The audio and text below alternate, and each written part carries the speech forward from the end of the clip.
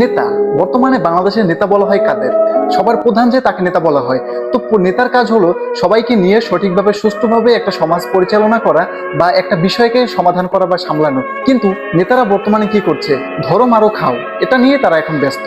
তারা কিছু পোলাপাইন পালে, কিছু টাকা পয়সার বিনিময়ে তাদেরকে সালাম দেওয়ায়, কিন্তু তাদের সামনে বসে তাদের ভয়ে সবাই তাদেরকে সালাম দেয়, কিন্তু মন থেকে তাদেরকে সম্মান করে না, সালাম দেয় না, উল্টো পিছনে বসে 10টা 12টা করে গালি দেয়। তো গালিটা খেয়ে আপনার জীবন কি ধন্য? আপনার জীবন কি সার্থক? সার্থক না। আপনিও জানেন যে পিছনে বসে সবাই আপনাকে গালি দেয় আপনি খারাপ কাজ করার জন্য।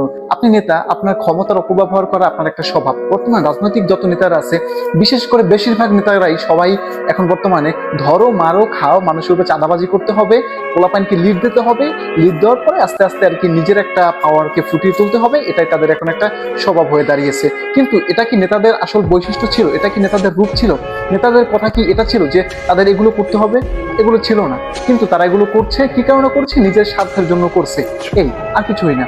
কিন্তু আপনারা জেনে রাখেন, আপনাদের এর জন্য কেউ সম্মান করবে না, কখনোই না। টাকা দিয়ে কখনো সম্মান কেনা যায় না। হয়তোবা সামনে বসে মানুষ ভয়ে, আপনার ভয়ে 2-4টা সালাম দিতে পারে, কিন্তু পিছনে বসে আপনাকে অভিশাপ দেয়, আপনাকে গালি দেয়।